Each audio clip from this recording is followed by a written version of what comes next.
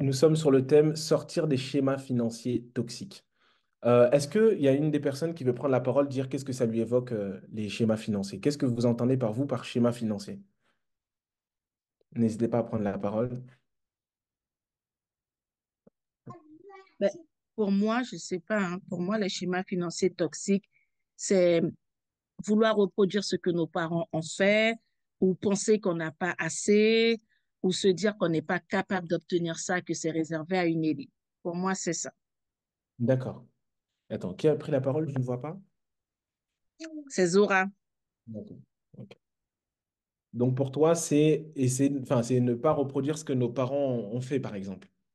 Oui, c'est pas parce que nos parents n'ont pas eu une vie assez aisée que forcément on doit se dire que ben, on n'a pas droit aussi à avoir une vie, on va dire, assez aisée, d'être libre financièrement. Mhm. Pour moi, c'est ça. Ok, merci. Est-ce que quelqu'un d'autre veut prendre la parole? Je vais bien, c'est John Bernard. Oui. Alors, sortir des schémas financiers toxiques, c'est tout simplement ne pas vivre en fait au-dessus de ses moyens. Ça veut dire que quand on a le découvert, ne pas creuser le découvert davantage. Moi, je dirais ça tout simplement. Donc, ne pas vivre au-dessus de ses moyens. Ok. Toi, pour toi, c'est vivre au-dessus de ses moyens. Pour toi, par exemple, c'est un schéma négatif. Ok. Oui, allô? Oui. Alors, je m'appelle Esaïe.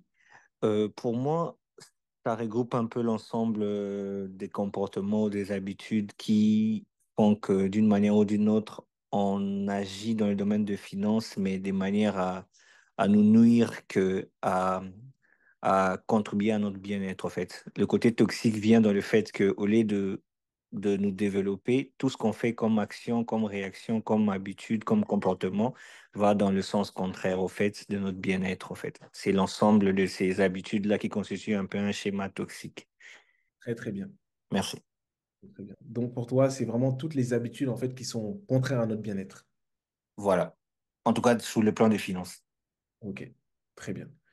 Ok, très bien. Bah, en tout cas, merci à vous d'avoir pris la parole. De toute façon, on va pouvoir voir ensemble un petit peu qu'est-ce qu'on entend par les schémas financiers et surtout l'objectif de ce soir et en toute humilité de voir voilà, comment en sortir de ces schémas, comment en sortir de ces choses qui nous empêchent de vivre notre bien-être. Et d'ailleurs, les finances, c'est un sujet très important parce que la manière dont on se sent, notamment par rapport à nos finances, peut impacter tous les domaines de nos vies. Ok, merci en tout cas d'avoir pris la parole, chacun d'entre vous. Ok, on va pouvoir poursuivre. Ok. Donc, aujourd'hui, l'objectif est que nous puissions ensemble, de façon vraiment très pratique, jusqu'à 22h45. Évidemment, je vous préfère vous le dire tout de suite.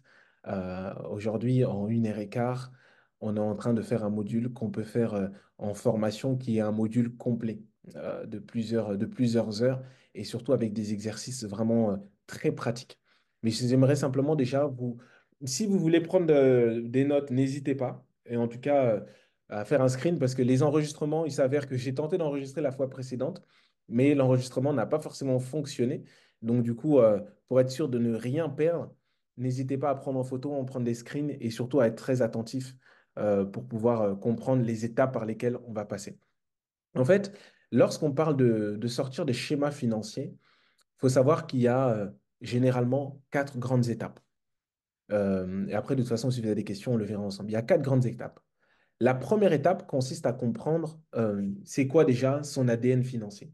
De la même manière qu'un individu né voilà, de parents, il reçoit sans faire exprès, sans demander, l'ADN, il a la même ADN que ses parents. Et donc l'ADN est aussi une composante très particulière de l'individu. Et donc du coup, tu verras que ton ADN financier, tu peux vivre par exemple dans la même famille que quelqu'un.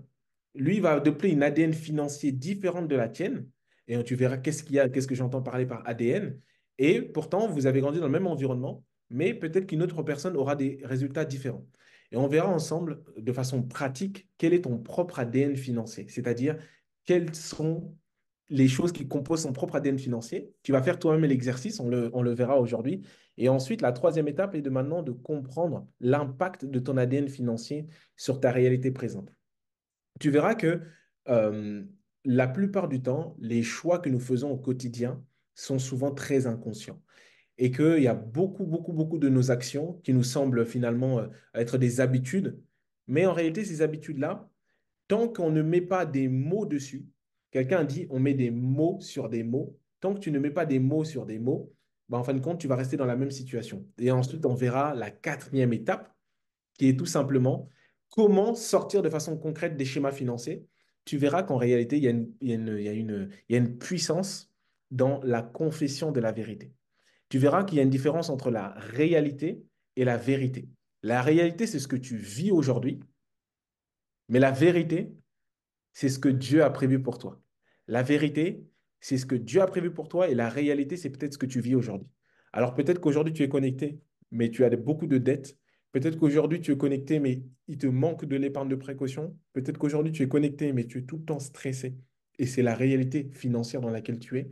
Mais Dieu a une parole de vérité pour toi. Voici les 4 étapes par lesquelles on va passer pour faire en quelque sorte une sorte de thérapie financière. Et j'insiste, là, n'hésitez pas à prendre ces étapes-là. Mais encore une fois, on n'aura pas forcément le temps de tout développer aujourd'hui. OK.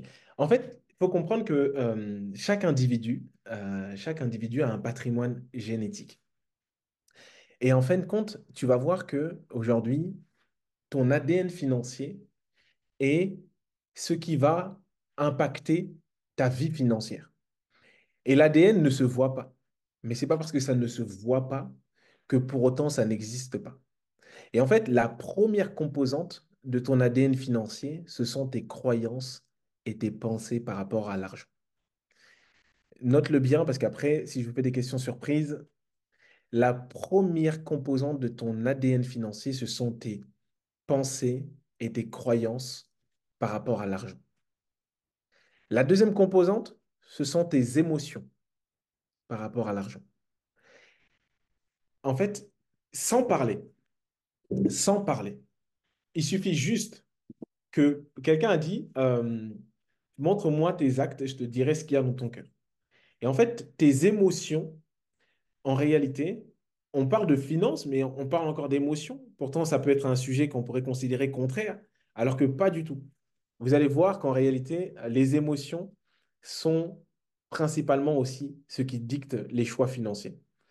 Est-ce que vous avez déjà entendu le fait qu'on dise la personne n'achète pas avec la personne elle n'achète pas avec sa poche, elle achète avec son cœur. C'est parce qu'en réalité, pourquoi on dit les achats coup de cœur?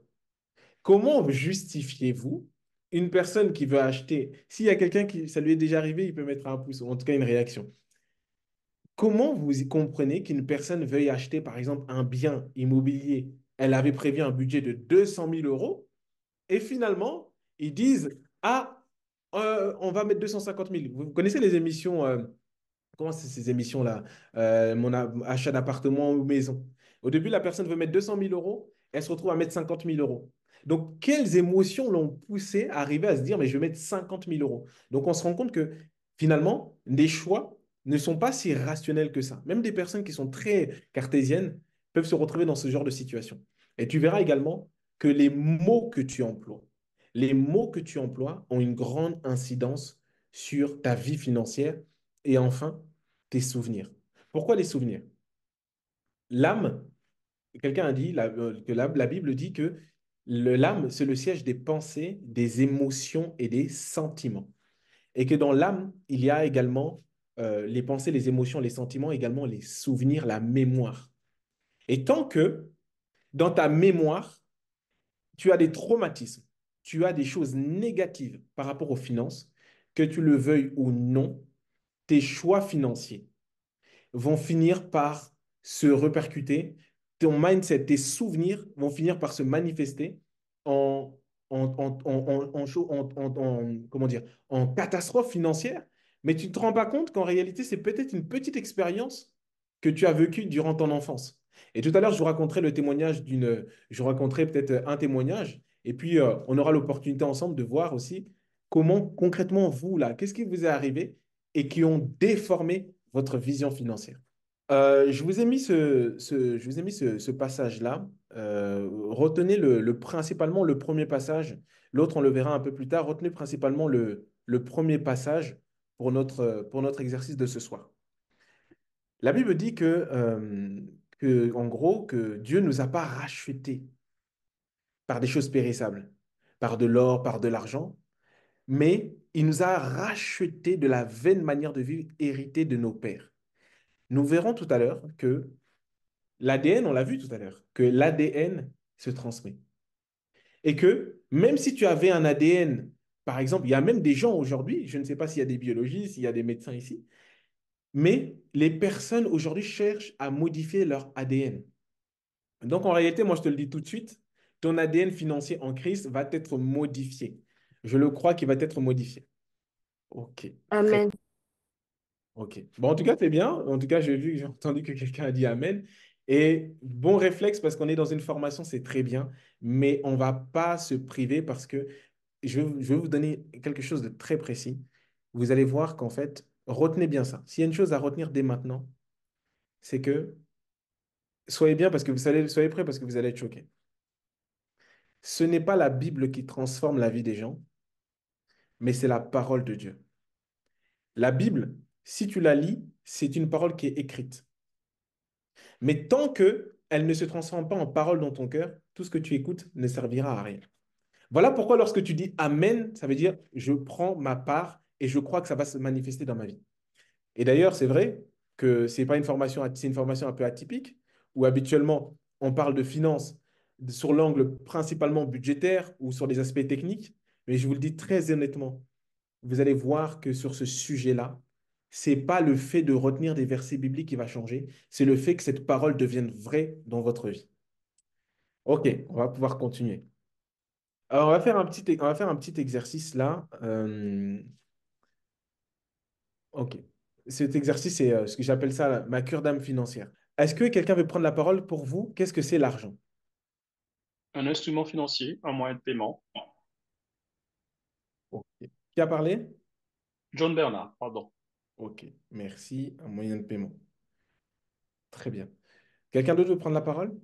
Oui, moi je pense que l'argent, c'est un moyen qu'on a pour s'acquérir des choses. Ok. Est-ce que d'autres personnes veulent prendre la parole? L'objectif est que chacun puisse s'exprimer comme ça. On va pouvoir aller traiter principalement vos besoins. Ok. Est-ce qu'une dernière personne veut prendre la parole peut-être? Ah, je Moi, dirais je que veux c'est un bien. moyen d'être libre. Comment, pardon? Je dirais que c'est un moyen d'être libre. Ok. Ok. Très bien. David. Je dirais que l'argent, c'est un élément qui contribue au bonheur. Ok. Très bien. Bon, c'est vrai, c'est... Ok. Ok. Très bien. Donc finalement, il y a Guyane. Ok. Zora, merci. Un moyen financier permettant. Ok. Très bien. Comme je ne vois pas. Attendez. Hop. Ok. Très bien. Est-ce que quelqu'un veut nous partager quelles sont les émotions qu'il ressent au quotidien par rapport à l'argent? Par exemple, si je dis, qui ressent aujourd'hui de la peur du manque? De toute façon, c'est pour ça que j'ai limité les inscriptions. C'est vraiment l'objectif. En plus, aujourd'hui, on a l'opportunité d'être en petit comité. Euh, si je vous dis, par exemple, qui ressent aujourd'hui la peur du manque, par exemple? Après, t'es pas obligé, tu peux le mettre un pouce ou dire moi. Et c'est juste pour avoir un petit peu une tendance. Mais pour avoir la peur du manque, il faut déjà en avoir. C'est très bien. Donc, moi, personnellement, je ne vais pas dire que j'ai la peur du manque. Tu ressens par rapport à... Mais mon ressenti, Oui. j'en ai, je suis contente. J'en ai pas, je suis un peu mal, mais pas dépressif non plus. On fait avec.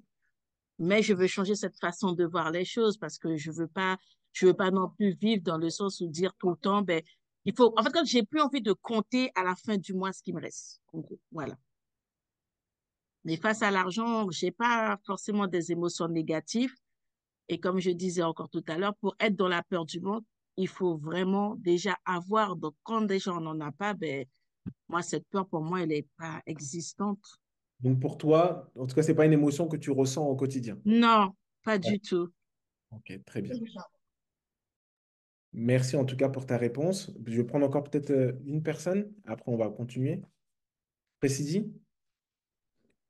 Yes, bonsoir à tous. Pour moi, la perception de l'argent, je t'avoue que ce serait vraiment, si je devrais donner un mot pour définir l'argent, ce serait euh, la réflexion constante. Réflexion constante au niveau des dépenses. Sur une journée, sur 2 journées, 3 journées, je me dis, ah, c'est comment, si je dois faire des dépenses, mais comment en fait? Enfin, je sais que je dois pas trop dépenser pour éviter de trop perdre, etc., etc. Je sais pas si c'est clair, mais ce serait vraiment défini comme une réflexion constante. En gros, si j'ai bien compris, pour toi, quand tu penses à l'argent, pour toi, c'est un facteur de quoi? De réflexion, de préoccupation? C'est ça, exactement. Hmm. Merci, Précidi. Avec plaisir. Ok, très bien. Maintenant, on va voir ensemble, qu'est-ce que maintenant, vous pouvez l'écrire ou prendre la parole tout simplement. Qu'est-ce que vous croyez vrai par rapport à l'argent? Là, par contre, j'aimerais au moins 5 personnes. 5 personnes qui vont dire ici, moi, qu'est-ce que je crois vrai par rapport à l'argent? Parce que tout à l'heure, quelqu'un a dit, pour moi, l'argent, chacun a donné des différentes définitions, mais tu vas dire, qu'est-ce que tu crois que l'argent est et pourquoi tu crois que c'est vrai? Ok, n'hésitez pas à prendre la parole Ben, directement. je veux bien prendre la parole en premier, si possible. Bernard. Alors, l'argent ne rend pas heureux, mais ça contribue au bonheur. Est-ce que tu peux être, est-ce que tu peux développer davantage? Parce que c'est vrai que c'est une phrase qu'on entend souvent, mais toi, à titre personnel, qu'est-ce que ça veut dire pour toi, par exemple? En quoi est-ce qu'elle contribue à ton bonheur? Alors, en quoi est-ce qu'elle contribue à mon bonheur? Par exemple, lorsque j'ai besoin de faire du bien autour de moi, Ok, que ce soit par des dons ou acheter, par exemple, de la nourriture pour donner aux pauvres, hein, par exemple, ou à des personnes qui sont dans mon entourage. Si je n'ai ok, pas les moyens pour pouvoir acheter ces nourritures-là, ben, mon ok. cœur va être dans la peine. Alors que si j'ai les moyens, ben, en distribuant ces nourritures-là, mon cœur va être content. Hmm. Donc, c'est en ce sens-là. Ok, très précis, merci. Ok, Moi, je voulais dire aussi que l'argent, ça donne une certaine liberté dans ses choix de vie. ok, super. Est-ce que tu peux développer? En quoi ça te donne plus de liberté, toi, le fait d'avoir... Bah, c'est quand on a de l'argent, on peut choisir si on veut travailler ou pas. Quand on a de l'argent, on peut choisir dans n'importe quel pays où on veut aller. On peut s'installer dans certains endroits que quand on n'a pas d'argent, on ne peut pas s'installer. Hmm. Et aujourd'hui, est-ce que tu considères que tu as la liberté de choix? La liberté par rapport à l'argent, non, aujourd'hui, j'ai pas la liberté de choix parce que mon niveau de vie ne me permet pas de ne pas forcément travailler. Je suis obligée quand même de travailler. Donc pour toi, finalement, la richesse, ce serait au moment où tu te dis, là aujourd'hui, j'ai la liberté d'aller au travail. C'est à ça que ressemblerait la richesse pour toi? Ben, c'est la liberté de faire ce qu'on a envie de faire. Mm. C'est un choix de vie, quoi. Mm, mm, Quand mm. on a de l'argent, on peut se permettre de faire certaines choses que quand on n'en a pas, c'est plus compliqué, quoi. Très bien. Et peut-être une dernière personne, merci en tout cas, hein. Merci d'avoir pris la parole. C'est vrai. D'accord, ok. Ça peut être soit un outil qui peut te maudire, soit qui peut te bénir. Ok. Tout, Donc tout, pour toi, l'argent, c'est quelque chose qui permet de maudire ou de bénir, c'est ça? tout dépend de son utilité, son utilisation, pardon. Ok. Est-ce que tu peux peut-être être plus précis par rapport à toi, par exemple? Tu peux nous donner un exemple de situation où cette pensée, cette pensée, elle a été prouvée? Si tu peux, sans voir, par exemple, je sais pas, là, je vais prendre un exemple. Là, tu prends une grosse voiture, tu vois, Mhm. sans forcément penser à pourquoi tu dépenses, que vraiment derrière, c'est juste tu dépenses pour dépenser. Genre vraiment dépenser sans réfléchir. Est-ce que c'est quelque chose qui t'est déjà arrivé? Oui, T'as un exemple? par exemple, Ouais. ça m'est déjà arrivé de passer, mais bon, ça remonte. Mais... Excuse-moi, j'ai pas bien entendu. Voilà. Tu m'entends bien? Oui, là, c'est bon, j'entends mieux, merci. Ouais, ça m'était déjà arrivé, par exemple, pendant un mois de mettre plus de 500 euros dans un test extérieur. J'ai regretté. Je sais pas si tu m'as entendu. J'ai pas entendu la fin. Je sais pas si c'est que moi, mais la fin, j'ai pas En bien fait, on entendu. entend difficilement. Attends. Normalement, c'est un peu mieux. C'est Ah, mieux, ouais. Ouais, je disais, par exemple, ça m'est déjà arrivé d'aller dépenser plus de 500 euros dans la bouffe à l'extérieur, tu vois, ok. En une fois ou en plusieurs fois? plusieurs fois, Même. surtout moi. D'accord. Ok, Et par d'accord. exemple, voilà, j'ai ça comme exemple. Ok, bah merci, c'est très bien. Merci, Yoann. Ok, très bien, on va continuer et on va prendre la dernière question qui est, les amis, quelles sont les expériences, et là en tout cas, n'hésitez pas à prendre la parole, quelles sont les expériences financières les plus douloureuses qui vous sont arrivées? Si vous voulez, je vais commencer. En fait, moi, l'expérience financière qui m'a le plus marqué, c'était en 2019. En 2019, je me retrouve à lancer le deuxième business. Et puis, ce qui s'est passé, c'est que j'étais tellement pressé de m'enrichir que j'ai démarré ce business.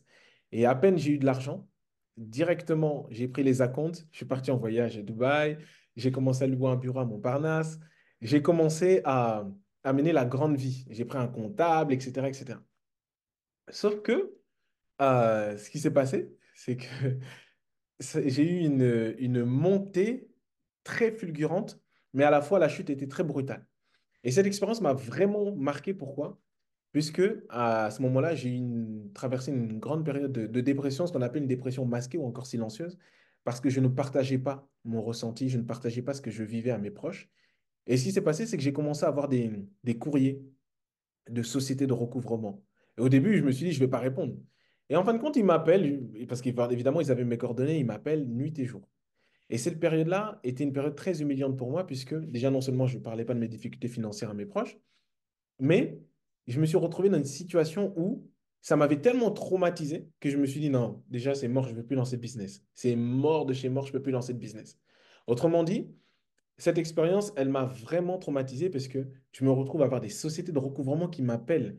Et j'avais fait une formation dans une école et l'école me dit, tant que tu n'as pas fini de payer, de toute façon, on ne pourra pas te donner le diplôme. Donc, eux, je ne peux même plus me permettre d'aller voir entre guillemets, mes collègues de coaching à l'école, puisqu'il fallait que je puisse terminer le paiement. Et j'avais des paiements à faire auprès de différentes personnes. Et cette expérience, par exemple, m'a vraiment beaucoup traumatisé. Je me suis dit, non, à cause de ça, là, c'est mort. Même investir dans des formations, à un moment donné, j'avais vraiment peur d'investir dans des formations parce que je me suis dit, si c'est comme ça et que je ne vais pas pouvoir payer, ça va être chaud. Et vous, alors, quelles sont les expériences financières qui vont le plus marquer? Quand je parle d'une expérience, je vais vous expliquer pourquoi on va faire cet exercice parce que je vais vous emmener à comprendre que lorsque tu as vécu une expérience financière qui est traumatisante, cette expérience financière-là, quelque part, c'est ça qui va conduire et dicter tes choix. Et je vais vous raconter un deuxième exemple. En attendant, peut-être que ceux qui font les timides puissent prendre la parole. Un jour, j'étais en rendez-vous avec une cliente à l'agence. Et cette cliente-là, elle a des très bons, elle a de très bons revenus. Ça fait un reflet. Elle a de très bons revenus. Et puis, cette cliente, elle vient me voir un jour, elle me dit, Monsieur Bongonza, il faudrait que vous puissiez m'aider à gérer mon budget. Et donc, quand je lui dis, mais ok, très bien, mais qu'est-ce que vous entendez par gérer votre budget? Qu'est-ce que vous souhaitez faire exactement? Elle me dit, moi, mon problème, c'est que quand je vais dans un magasin, je suis obligé de dépenser. Quand je vais dans une boutique, je suis obligé de dépenser. Elle avait un revenu vraiment confortable et en plus, elle avait un avantage, c'est que elle m'a dit que son mari paye toutes les charges et qu'il lui laisse le bénéfice de tout son salaire. Et quand je parle avec elle, c'est une journaliste reporter, hein, là, elle travaille pour un grand média, elle fait plusieurs missions voilà, de reporter. Et pourtant, tu pourrais te dire, ouais, mais attends, elle a des bons revenus, pourquoi elle veut me demander de l'aide? Et finalement, je lui dis, mais OK, avant de parler de budget, tout ça, c'est très bien, mais vous pouvez me parler un petit peu de comment vous dépensez, dans quelles circonstances vous dépensez. Et cette cliente me fait comprendre que elle, quand elle arrive dans un magasin, elle ne peut pas ne pas acheter. Surtout si elle va dans un vêtement lapsus. Si elle va dans un magasin de mode, alors là, elle ne peut pas résister. Qui ici, déjà, ça lui est déjà arrivé vraiment de ressentir ça? Genre, tu vas dans un magasin, tu ne peux, tu n'avais pas prévu d'acheter, mais tu te dis, non, aujourd'hui, là, je vais acheter. Et en plus, quelque chose de bien cher. Précis dit. OK. Très bien. C'était quoi? Ça devait être un ensemble, je crois, un truc comme ça. J'étais juste parti accompagner un ami. Ouais, C'est terminé. Bah, lui, il a rien pris et c'est moi qui ai pris quelque chose. Bon, c'est comme ça. d'accord, c'est toi qui... Ok, merci Précédit. Johan, tu rigoles? Non, tu rigoles ou tu pleures? Mais si tu veux réagir peut-être? Et je vais poursuivre. Si quelqu'un veut réagir, il peut le faire. Après, je poursuivrai pour l'histoire de la cliente. À qui c'est arrivé, vraiment, je dis non, j'ai pas envie d'acheter. Mais c'est comme si, qui connaît ce sentiment-là, cette sensation de, j'arrive dans un magasin où quand j'ai de l'argent, pfiou, il faut que ça puisse partir vite, vite, vite, très vite. Ça ne peut pas rester dans tes mains. Genre, ça te brûle. Alors, bonsoir. Bonsoir. Alors moi, j'ai ce sentiment. Bon, après, moi, c'est pas que l'argent ne peut pas rester, ça me brûle. Je sais pas pourquoi ça reste pas. Mais pour l'expérience que j'ai déjà eue, c'est une fois, bah, je devais aller juste acheter une boîte de cassoulet et je suis ressortie avec une facture de 115 euros. Waouh. Le C'est cassoulet. cher quand même pour la boîte de cassoulet. Donc, il y a des magasins, effectivement, qu'il faut pas que j'aille, en fait. C'est des choses qui t'arrivent à quelle fréquence? C'était arrivé ponctuellement ou c'est déjà arrivé à nouveau? Non, ça m'arrive souvent, donc en fait, je préfère ne pas y aller. Ou Ouais. sinon, faut pas que je sorte avec la carte, en fait. Ok. Donc, toi, c'est la stratégie que tu as développée. Voilà, faut laisser la carte. Vous pouvez vous inspirer de Naomi, puisque effectivement, c'est une méthode. La Bible dit, si ton œil est pour toi une occasion de chute, arrache-le. Bon, je t'ai pas dit d'arracher ton œil. Hein. Arrache ta carte. Ok, merci Naomi. Anne-Sophie, tu peux prendre la parole peut-être si tu veux? Oui. Oui, vas-y. En fait, moi, mon problème, c'est que j'aime manger. Et du coup, dès que, quel que soit l'endroit, que ce soit dans des fast-foods ou bien même dans des supermarchés, que je peux dépenser, voilà, beaucoup d'argent dans ça. En fait. Quand tu dis beaucoup, c'est quoi pour toi beaucoup? Hum, Pourquoi Par tu exemple, estimes je sais que c'est beaucoup? pas comment, Pourquoi tu estimes que c'est beaucoup? mais parce que ça, cet argent-là aurait pu servir à autre chose. Et c'est démesuré des fois aussi. J'ai pas entendu la deuxième phrase. C'est aussi démesuré. Hmm. Et beaucoup, pour donner des chiffres, ça peut représenter combien par exemple? En Par exemple, centaines ou vraiment tu viens en milliers? non, je dirais pas milliers, mais par contre, pour les courses, par exemple, au lieu de faire genre, un panier normal à moins de 5 enfin, pour une personne 5 euros, je peux faire le double. Euh, Hmm. voilà, Et ça t'arrive uniquement avec la nourriture? oui. D'accord. Ok. Ok. Et qu'est-ce que ça t'apporte Qu'est-ce que tu ressens quand tu fais ça? Quand tu arrives dans le magasin et que finalement tu ressors avec des courses que tu n'avais pas forcément prévues. Mais bon, sur le moment, je me dis que j'ai abusé quand même, D'accord? mais sur le moment, je me dis qu'au moins j'ai de quoi manger, quoi. C'est juste ça. Parce que les 100 euros ne suffisaient pas? Pourtant, si, Ok. Et tu as cette habitude depuis quand? ah, ça fait plusieurs années. Ça fait plusieurs années. Ok. Mais selon toi, si tu continues de faire ça, qu'est-ce qui va se passer? Ah, ben, ça va être compliqué, hein. Ça veut dire quoi compliqué? C'est quoi les conséquences négatives à long terme? Ben, si j'aurais pu avoir, je sais pas, je dis un chiffre comme ça, peut-être 5 000 euros sur mon compte, peut-être qu'il ne peut plus rien avoir après. Hmm. Hmm. Ok. Donc, voilà. Ok. Très bien. Ok. Comment ça s'appelle? Est-ce que quelqu'un d'autre vit ce genre de situation? Avec la nourriture. Avec la nourriture. Tu peux lever la main ou prendre la parole directement. Bah, moi, je veux bien parler. En fait, moi, c'est pas trop. Par exemple, c'est pas du tout le shopping parce que voilà, c'est pas mon truc.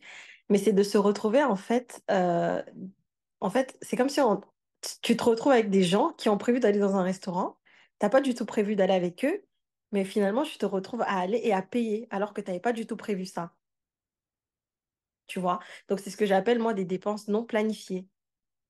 Alors, des fois, on peut dire que c'est bon, on vient pas, mais après, des fois, bah, quelque part, je me sens obligée d'y aller parce que bah, on me dit de venir. D'accord, merci. Ok, j'ai des questions alors. Ok. Est-ce qu'une autre personne, est-ce qu'une autre personne, ça lui est déjà arrivé de se dire, ah, punaise, je vais dans un restaurant, Ok, en gros, qui va manger? Venez, on va manger quelque part. Tu sais que tu n'as pas l'argent, tu peux pas, mais tu ne veux pas dire non. À qui c'est déjà arrivé? Moi, je dis comme ça. Ok, David, ça t'est déjà arrivé aussi? Je réagirai ensuite sur ce qu'elle vient de dire, ce qu'elle dit. Ok, très bien. David? Oui, oui, oui. Bonjour, bonjour tout le monde. Oui, moi, absolument, ça, c'est mon quotidien, ça. D'accord. Moi, c'est mon quotidien. Bon, en fait, ce qui m'a emmené même dans la formation, c'est ça. Parce Oh, que moi, je planifie rien, en fait. Je planifie rien et je commence à prendre conscience, qu'il faut planifier pour, de toute façon, si tu vas aller quelque part, il faut planifier. Donc, moi, c'est mon quotidien. C'est vraiment mon quotidien, ça. d'accord. Merci pour ta sincérité, pour ton partage. Ok. Étant donné qu'ensuite il nous restera un autre point, je vais simplement vous donner un élément de réponse et en réagir sur ce qu'elle vient de dire, Andiel. Euh, En fait, aujourd'hui, le point est que pourquoi est-ce que je nous ai parlé de ces expériences-là? Je termine juste avec la cliente.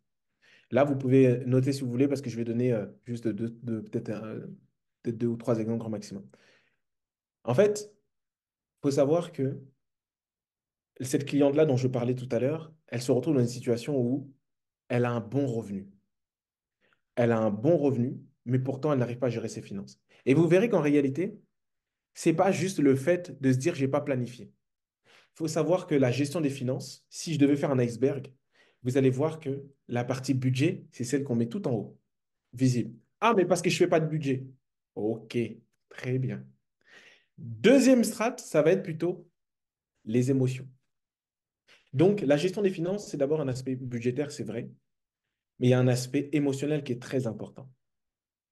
Et vous savez que cette cliente-là, elle m'explique que dans sa vie, elle a ce comportement-là. Et moi, je lui pose la question, je dis, mais quelles sont les expériences financières que tu as vécues quand tu étais enfant? Et cette personne m'explique que quand elle était enfant, son père a fait une faillite. Et depuis cette faillite, elle s'est retrouvée dans une situation familiale où c'était devenu très tendu à la maison. Et à force de discuter, elle me dit, pour elle, l'argent, c'est sale. Qui ici croit que l'argent, c'est sale? Avant que je vous donne mon exemple. Qui ici croit que l'argent, c'est sale? Moi, je lève la main pour t'encourager à lever la main, je ne le crois pas. Qui ici croit que l'argent est sale? Il n'y a aucun tabou, dites ce que vous avez à dire.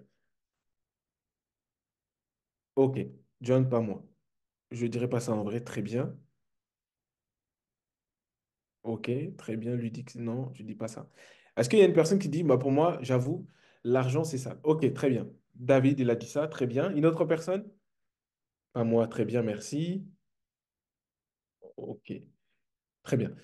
Bah, en tout cas, si toi tu as répondu David, au moins je vais répondre pour toi. Parce que l'objectif, c'est que justement, moins nous sommes nombreux, plus on a l'opportunité de pouvoir vraiment voir au cas par cas. Évidemment, on n'aura pas forcément tout le temps aujourd'hui, mais je vais vous donner quelques éléments pour que vous puissiez quand même les noter. Il faut savoir que cette cliente-là, je poursuis avec elle, elle me dit que l'argent est sale. Et je lui dis, très bien. Pour toi, l'argent c'est sale? Très bien. Dommage que je n'ai pas préparé cette scène-là pour vous la montrer. Euh, qui ici, qui ici considère que l'argent, qui considère aujourd'hui que même si tu aimes vraiment ton ami, tu aimes ton voisin, qui voudrait qu'une personne vienne déposer sa poubelle chez soi? Personne. Pourquoi? Si tu considères que l'argent, là je vais aller directement à l'essentiel, si tu considères que l'argent est sale, si tu considères que l'argent est mauvais, si tu considères que l'argent est source de problèmes, il faut savoir quelque chose, c'est que l'être humain fait tout, tout pour réduire d'abord la douleur plutôt que de gagner. Il y a deux motivations, la peur de perdre ou le désir de gagner. Mais il faut savoir que, bon, ça c'est quand j'étudie en psychologie, donc je peux vous partager quelques clés que je n'ai pas terminées. C'est qu'en fait, les souvenirs négatifs restent plus longtemps dans la mémoire que les souvenirs positifs. Mais il faut savoir que tout ce que tu considères négatif, il faut savoir que tu vas chercher à tout faire pour t'en débarrasser. Par exemple, si aujourd'hui je mets de la saleté dans mes mains, la première chose que je voudrais faire, c'est de me laver les mains. Donc, quand tu considères que, par exemple, l'argent est sale et source de problème, qu'est-ce que tu fais? Sans faire exprès, tu es obligé de t'en débarrasser. Donc, tu dois comprendre qu'en fait, comment dire, le paramétrage que tu as par rapport à un sujet, par rapport à l'argent, que tu considères que c'est source de conflit, que tu considères que l'argent c'est sale, tu considères que c'est la source de guerre, bah, la vérité, la Bible dit que c'est l'amour de l'argent qui est la racine de tous les maux. Mais il faut savoir qu'en réalité, l'amour de l'argent qui est la racine de tous les maux, mais l'argent en soi n'est pas mauvais. L'argent en soi est quelque chose de très neutre et quelqu'un a dit, l'argent n'est pas le problème, mais c'est le cœur qui tient cet argent qui peut être un problème. Et je vais donner ce conseil, vous pourrez vous aussi à votre tour coacher des personnes qui rencontrent ce genre de défi. Souvent, les personnes, quand ils n'arrivent pas à dire non, vous allez voir que ce n'est pas juste une question de budget. C'est souvent des personnes aussi qui souffrent de rejet. C'est souvent des personnes qui sont dans une situation où elles ont peur de dire non. Mais dire non, ça veut dire quoi? Si je dis non, j'ai le sentiment que le fait de dire non à quelqu'un, j'ai peur que cette personne ne m'aime plus. Donc, si déjà tu es dans cette situation, même si tu fais ton budget, c'est bien. Mais vraiment, assure-toi que tu t'aimes, mais surtout, assure-toi de l'amour de Dieu en toi. Parce que si ce n'est pas le cas, tu auras toujours besoin d'avoir cette approbation. L'être humain a des différents besoins dans la pyramide de Maslow, les différents besoins. Et on a des besoins, un des besoins de l'être humain, c'est le besoin d'appartenance, c'est le besoin d'appartenance, d'être en communauté. Sauf que des fois, tu veux gérer tes finances, alors qu'en réalité, c'est parce que tu as peur de dire non, parce que tu sais que si tu dis non, on ne t'aimera pas. Ou tu crois qu'on ne t'aimera pas. Et c'est peut-être que dans ton enfance, tu as manqué d'affection. Et donc, tu as beau faire tous les budgets que tu veux, mais tant qu'en réalité, tu as peur de dire non, parce que tu as l'impression qu'on ne t'aimera plus, alors qu'en réalité, Dieu t'aime déjà. Donc, ce point-là est très important de retenir que tu vas voir, ce n'est pas juste le fait de faire des budgets. Faire des budgets, c'est une très bonne chose. C'est très bien. Mais, et je vais vous donner le troisième élément de la strate. Le premier paramètre pour reprendre en main tes finances, sortir des schémas financiers, on a vu, c'est de comprendre, OK, très bien. Il y a des choses très simples qui nous permettent de sortir de mauvaises habitudes. Bah, par exemple, elle a dit tout à l'heure, moi je pars, je laisse ma carte bancaire. Ça, c'est une technique. Tu peux éviter d'aller faire tes courses, par exemple, quand tu as faim. Quand tu fais tes courses quand tu as faim, attendez. OK. Donc, par exemple, tu peux éviter d'aller faire tes courses, par exemple, quand tu as faim. Tu peux, par exemple, tu sais que, voilà, aujourd'hui, tu vas aller faire des courses. Et aller faire les courses quand tu es de mauvaise humeur, je te déconseille vivement parce que tu vas finir par dépenser tes émotions. Enfin, ça, c'est le premier niveau, c'est la partie budget. Le deuxième niveau, c'est la partie émotionnelle. Donc, tu dois comprendre que la gestion de tes émotions est la deuxième strate pour sortir des schémas financiers. Mais en réalité, c'est la troisième étape la plus importante. C'est la partie spirituelle. La troisième étape, c'est la plus importante, c'est la partie spirituelle. La troisième étape, c'est la partie spirituelle. Autrement dit, tu peux faire ce que tu veux, mais la réalité, c'est qu'il y a des choses qui sont invisibles, qui peuvent te combattre, dont tu n'as pas forcément idée. Donc là, on va voir ensemble maintenant. Là, ok, ça, on l'a vu. Tout à l'heure, on va continuer. Hop. Très bien.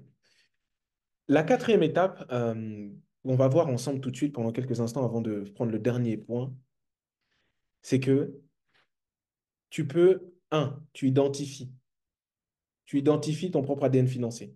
Donc, je t'invite à faire l'exercice toi-même. Évidemment, comme je vous ai dit, ça, c'est juste un extrait de mon accompagnement. Là, en 1 heure et quart, on n'a pas le temps de tout voir. Donc, la première chose, c'est tu dois faire d'abord l'inventaire de, OK, quelles sont mes pensées par rapport à l'argent? Qu'est-ce que je crois vrai par rapport à l'argent? Quelles sont mes émotions par rapport à l'argent? OK, tu as vu, c'est très bien. Ensuite, tu dois voir maintenant, OK, on a compris ce que c'est l'ADN financier. Deuxièmement, tu fais ton propre check-out, check-in. Tu regardes en toi qu'est-ce qu'il y a comme pensée, émotion, sentiment. Je t'invite vraiment à respecter ces 4 étapes. Qu'est-ce que tu ressens par rapport à l'argent? Qu'est-ce que tu crois vrai par rapport à l'argent? Quels sont tes souvenirs par rapport à l'argent? Et quels sont les mots que tu emploies le plus pour parler d'argent? Pourquoi? La Bible dit, la vie et la mort sont au pouvoir de la langue. Ou encore, l'homme se nourrit du fruit de sa langue. Donc, en réalité, c'est la parole que tu vas dire, que tu vas répéter au quotidien qui va influencer ta vie financière. Et c'est pour ça que je t'invite vraiment à faire cet exercice. Je t'invite vraiment à faire cet exercice. Là, on n'a pas le temps de le faire en individuel. Les 4 étapes. Un, les pensées, les émotions, les sentiments, les souvenirs négatifs. Pourquoi je t'invite à faire ça? Parce que tu vas te rendre compte peut-être que tu es juste en train peut-être de reproduire des schémas financiers de tes parents. Tu reproduis des schémas financiers que tes parents ont vécus. Tu peux reproduire des schémas financiers parce que tu as vécu une expérience traumatisante. Et parfois, il faut savoir que le traumatisme peut avoir un effet contraire. Par exemple, tu te dis, cette personne a été abusée. Tu pourrais te dire que si cette personne a été abusée, techniquement, elle sera complètement dégoûtée des hommes ou des femmes. Mais en réalité, parfois, c'est l'effet contraire qui se produit. La personne, elle se sent tellement dévalorisée, elle se sent tellement meurtrie qu'elle reproduit les mêmes schémas parce qu'elle n'a pas mis des mots sur cette souffrance-là. Et je vais vous donner un témoignage très, très rapide en 30 secondes. C'est l'histoire d'un thérapeute qui rencontre une femme dans un cabinet. Et cette femme, apparemment, elle était super jolie. Une femme très, très, très, très, très, très belle. Et cette femme-là, ce qui s'est produit, c'est que elle avait été abusée quand elle était plus jeune. Elle était tellement belle, mais elle avait des croûtes sur son visage qui étaient vraiment, vraiment, vraiment très importantes. Elle avait des croûtes sur son visage, et ça, c'était une réaction d'autoprotection. Et en faisant ce travail-là avec le thérapeute, elle s'est rendue compte, dans la discussion, que elle avait développé ça à cause de ses traumatismes. Donc, je m'explique. Et il y a certains schémas, il y a certains traumatismes financiers que tu as vécus, mais tant que tu ne mets pas des mots MOTS sur des mots que tu vis, la vérité, c'est que tu vas reproduire les mêmes schémas. Donc, un autre exercice que que je t'invite à faire, demande à tes proches, demande à tes parents, par exemple, tu peux demander à tes parents, ou simplement faire une analyse de ta famille. Quels sont les schémas financiers qu'on voit dans ma famille? Les dettes chroniques, les découvertes chroniques, quoi d'autre encore? Les expulsions, quoi d'autre? Aidez-moi. Quels sont les autres schémas financiers vraiment? Par exemple, quelqu'un peut dire, moi, je vois dans ma famille, ça, c'est un schéma financier qui se reproduit en permanence. Ok, n'hésitez pas à prendre la parole. Je crois qu'il y avait David, mais je crois que c'est depuis tout à l'heure. Les gens qui vivent au-dessus de leurs moyens. Ok, très bien. Merci beaucoup, Andiel. Quelqu'un d'autre? Toujours vouloir entreprendre. Très bien. Et d'ailleurs, c'est très bien ce que tu dis parce qu'il y a, là, on parle de sortir des schémas financiers toxiques, mais il y a aussi les schémas financiers positifs. Parce que l'ADN, le but, c'est de pouvoir changer cette mauvaise ADN et en prenant une bonne ADN. Donc, OK, merci. Vivre au-dessus de ses moyens, par exemple. Il y a différents schémas financiers. Par exemple, des personnes qui se retrouvent toujours à découvert, des personnes qui volent, qui tout le temps, qui volent. Pourquoi? Parce qu'ils ont vu les parents voler. Donc, si tu volais, vraiment, je t'en supplie, arrête de voler. Et là, la dernière étape, c'est de comprendre que la réalité, pour qu'elle soit transformée, il faut que tu rencontres la vérité. La vérité, c'est ce que Dieu a dit et la réalité, c'est ce que tu vis aujourd'hui. Donc, on va voir ensemble. Évidemment, là, j'en ai mis simplement quelques-unes. Et en réalité, voilà, la bougeotte professionnelle. Oui, voilà, l'instabilité professionnelle. Vous voyez, il y a des familles, c'est pas possible.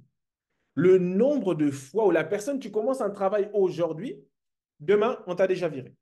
Ou sinon, dès que tu lances un business, tout doit être vraiment le prix le plus bas de chez bas. Et vous savez que quand tu grandis dans une famille où parfois, des fois, tu manques, tu es toujours là, les prix, c'est bien de faire des économies. Mais par exemple, quand tu es trop dans le pas cher, c'est qu'il y a un problème. Quand tu es trop dans le pas cher, c'est qu'il y a un problème. Et tu reproduis juste simplement un schéma. Et donc finalement, parfois, ça va même au prix de ton énergie, de ton temps, où tu vas aller chercher les économies. On n'est pas chez Carrefour. Oui, si vous trouvez moins cher ailleurs, on vous rembourse 2 fois la différence. Non. Il y en a qui vont passer du temps dans des villes à aller chercher. Et j'ai regardé un reportage. Il y a des gens qui partent, par exemple, de France pour aller jusqu'en Espagne en bus. 6 heures de je ne sais plus combien de temps de trajet pour aller faire des courses et revenir. Attends. Donc moi, je vais enlever 12 heures de mon week-end pour aller faire ça. Mais toi, tu crois que tu as économisé en temps, mais tu n'as pas respecté ton énergie, tu n'as pas respecté ton temps. Je poursuis. Là, il y a quelques paroles, en tout cas, que je vous invite si vous voulez faire un screen, faites un screen à confesser.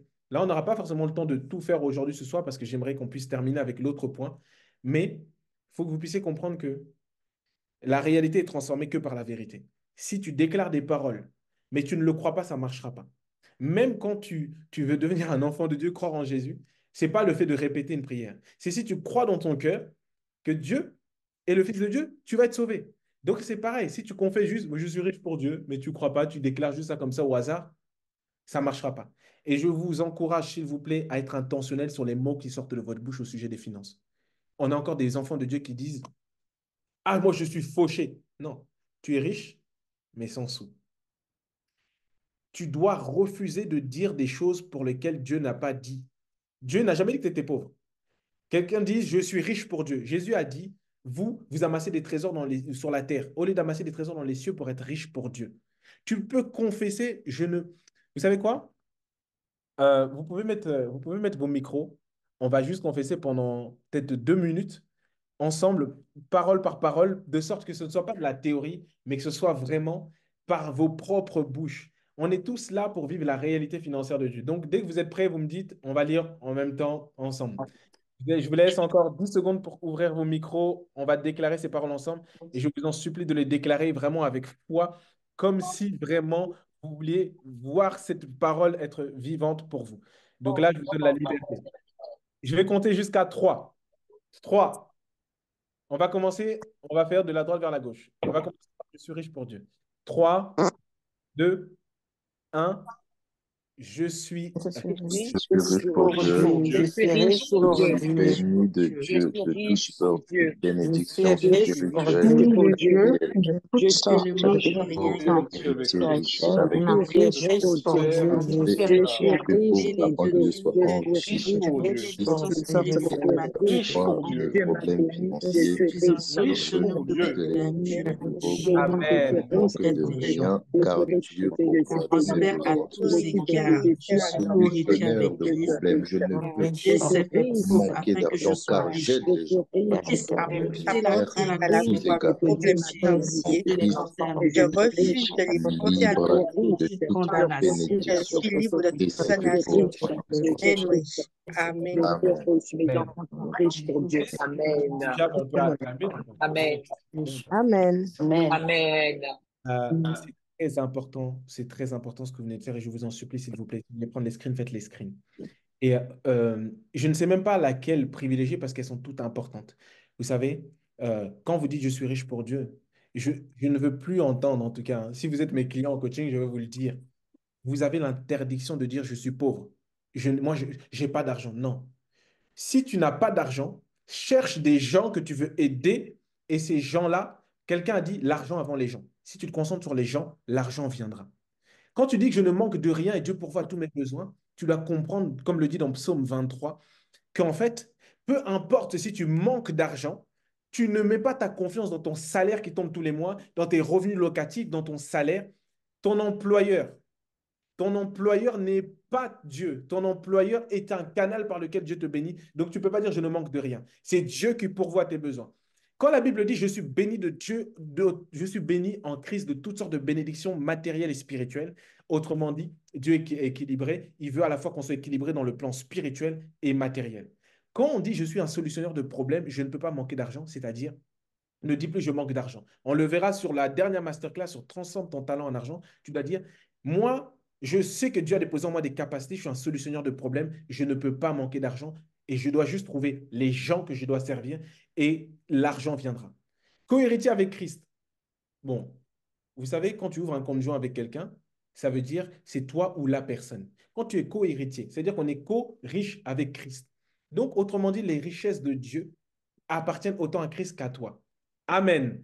Quand tu dis je prospère à tous égards, tu dois comprendre que c'est pas juste parler comme ça. La prospérité, ça va être ce qui te trouve dans ton âme. Et si tu muscles ta foi et tu muscles la paix de Dieu, le repos de Dieu, tu n'auras plus besoin d'être toujours là en train de chercher de l'argent parce que tu seras posé, tu seras calme, tu vas pouvoir détecter les opportunités. Donc je prie dans le nom de Jésus-Christ qu'il remplisse quelqu'un de sa paix, qu'il remplisse quelqu'un de sa foi au nom de Jésus. Quand tu dis que Christ s'est fait pauvre, la Bible dit dans 2 Corinthiens 8, verset 9, Christ s'est fait pauvre de riche qu'il était, afin que par sa pauvreté, nous soyons enrichis. Quand tu dis Christ a porté, même si tu as des dettes, même si tu as des problèmes financiers, tu sais, c'est comme la maladie. Tant que la maladie, tu la vois sur toi, la vérité, c'est que tu ne seras pas guéri. Si tu considères que la maladie est à la croix, là où Jésus a porté tes maladies, tu vas comprendre que les problèmes financiers faisaient partie du package. Elles sont aussi à la croix. Et donc, tu refuses de les porter à nouveau. Et enfin, la Bible dit dans le livre de Romains 8, verset 1, il n'y a plus de condamnation pour ceux qui sont en Christ, qui marchent non plus par la chair, mais qui marchent par l'esprit. Quand tu es en Christ, tu n'as plus de condamnation financière. Même si tu dois de l'argent. La chose, on le verra sur le module sur les dettes. Sur c'est le troisième, je crois, je ne sais plus quelle session, toi, ça en a plein. Tu verras que tu es libre de toute condamnation. Et plus tu vas proclamer la vérité, plus la réalité va finir par se manifester. Amen. Amen. Amen. OK. Amen. Amen.